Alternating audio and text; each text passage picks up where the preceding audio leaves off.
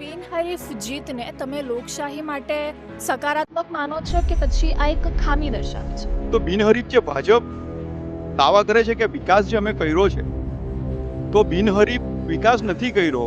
આ વિકાસ ફક્ત ને ફક્ત પૈસાના જોર પર ધાક ધમકી આપીને સિસ્ટમમાં જે ખામીઓ છે તો સિસ્ટમને એના પર વર્ક કરવાને બદલે જે ઉદાહરણો પહેલાની સરકાર વિશે આપે છે એ કેટલું યોગ્ય છે? કે ધીરે ધીરે દેશને ઊભો કરવામાં મોટો સહયોગી હતો ને કોંગ્રેસનો હતો બેન.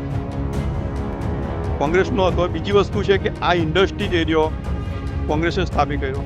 ઓએનજીસી લાવ્યું, કોંગ્રેસ લાવ્યું બેન. હાલની જે સરકાર ટ્રાય સ્ટેટ છે ગુજરાત હા. અને ખુલ્લેઆમ દારૂ પણ વેચાય છે. આપણે ઘણો મોટો મુદ્દો છે, આની પર શું કહેવા માંગશો?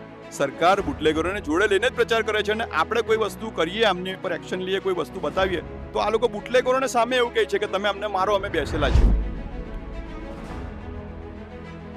એમને જેલમાં નાખી દેવામાં, કોઈ નાના મોટા ખાલી ગુના ઊભા કરી દે છે, પોલીસ પ્રશાસનને આગળ કરી દે છે. ચૂંટણી પંચ, આજે તમે આયોગ જે ચૂંટણી પંચ છે, તો શું લાગે છે ચૂંટણી પંચ ખરેખર ચૂંટણી પંચ છે? પણ આવનાર જે જનરેશન છે ને, ચિંતા એની થાય છે બેન.